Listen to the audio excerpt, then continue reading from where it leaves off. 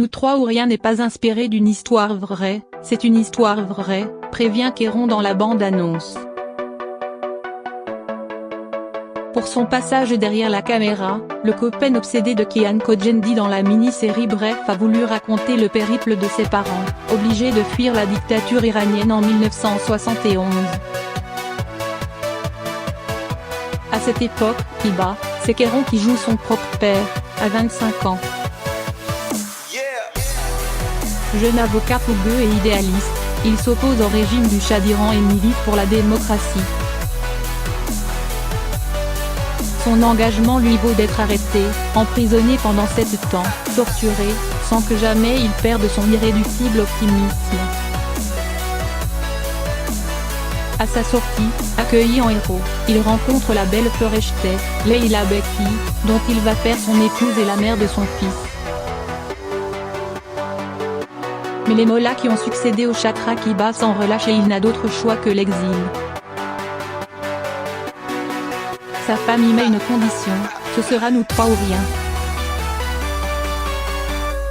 Au terme d'un périple mouvementé à travers les montagnes enneigées, ils arrivent dans la patrie des droits de l'homme et débutent une nouvelle vie dans les grands ensembles de Stamos, en Seine-Saint-Denis. Tandis que Fereshteh donne des cours de biologie aux femmes du quartier, Hiba prend la responsabilité d'un centre de la ville voisine de Pierrefitte, à la demande du maire communiste, Michel Hermoz, et parvient à tisser un vrai lien social avec la population immigrée. S'il connaissait l'histoire de ses parents, Kéron les a longuement interviewés pour que tout sonne vrai dans le film.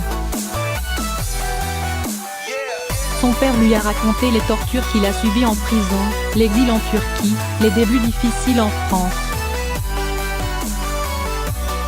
L'interpréter au cinéma était pour le jeune réalisateur de 33 ans une évidence. Je suis comédien, je lui ressemble et je le connais bien. Je voulais lui rendre hommage. Dans cette comédie touchante et drôle, il livre un beau message sur la solidarité et l'amour familial. Les situations cocasses désamorcent toujours le drame dans cette chronique tendre peuplée de personnages folkloriques. Gérard Darmon est irrésistible en beau-père faussement bougon. Leila Bekti et Kéron forment un couple soudé dont la force de l'amour transcende les épreuves. Il apporte un élan formidable à ce récit d'une vie reconstruite portée par un optimisme revigorant. Avec nous trois ou rien, le jeune réalisateur signe une magnifique déclaration d'amour à ses parents. Depuis, Kéron a tourné un deuxième long métrage intitulé Mauvaises Herbes, qui sort le 21 novembre prochain.